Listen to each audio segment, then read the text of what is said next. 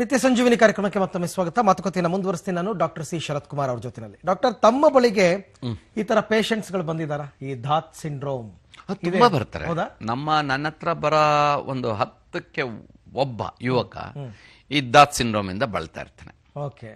First ಬಂದು ಕೂತ್ಕೊಂಡ ತಕ್ಷಣ ಆತ ಕೇಳೋದು, ಸಾರ್ ಸಿಕ್ಕಾಪಟ್ಟೆ ನಿಶಕ್ತಿ, ಸುಸ್ತು, ಆಯಾಸ, ನರಗಳೆಲ್ಲ ಎಳಿತಾವ ಸರ್, ಇಲ್ಲಿಂದ ಇಲ್ಲಿ ಎಳಿತದ ಸರ್, ಎಲ್ಲ ವೀರ್ಯ ಹೋಗಿ ಹೋಗಿ ಪೂರ್ತಿ ಹೋಗ್ಬಿಡಿದೆ ಸರ್, ವೀರ್ಯನೇ ಇಲ್ಲ ಸರ್, ನಾನು ಸರ್ವನಾಶ ಆಗ್ಬಿಟ್ಟಿದೆ, ನಿರ್ವೀರ್ಯನ ಆಗ್ಬಿಟ್ಟಿದ್ದೀನಿ, ಎಲ್ಲಪ್ಪ ಹೋಯ್ತು? ಆವಾಗ ಒಂದೊಂದೇ ಎಳೆಯಾಗಿ ಕೇಳಿದಾಗ ಅದು ಗೊತ್ತಾಗತ್ತೆ, ಅದು ಧಾತ್ ಸಿಂಡ್ರೋಮ್ ಅಂತ.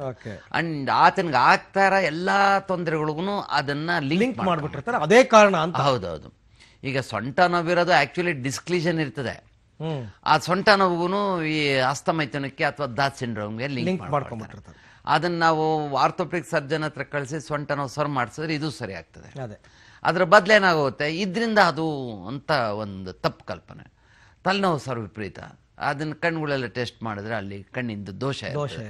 ಆ ಕಣ್ಣಿನ ದೋಷ ತಲೆನೋವಿಗೆ ಈ ಧಾತ್ ಸಿಂಡ್ರೋಮ್ ಲಿಂಕ್ ಮಾಡಿರ್ತಾರೆ. ಅದೇ ಇವೆಲ್ಲ ಮಿಥ್ಯಗಳು.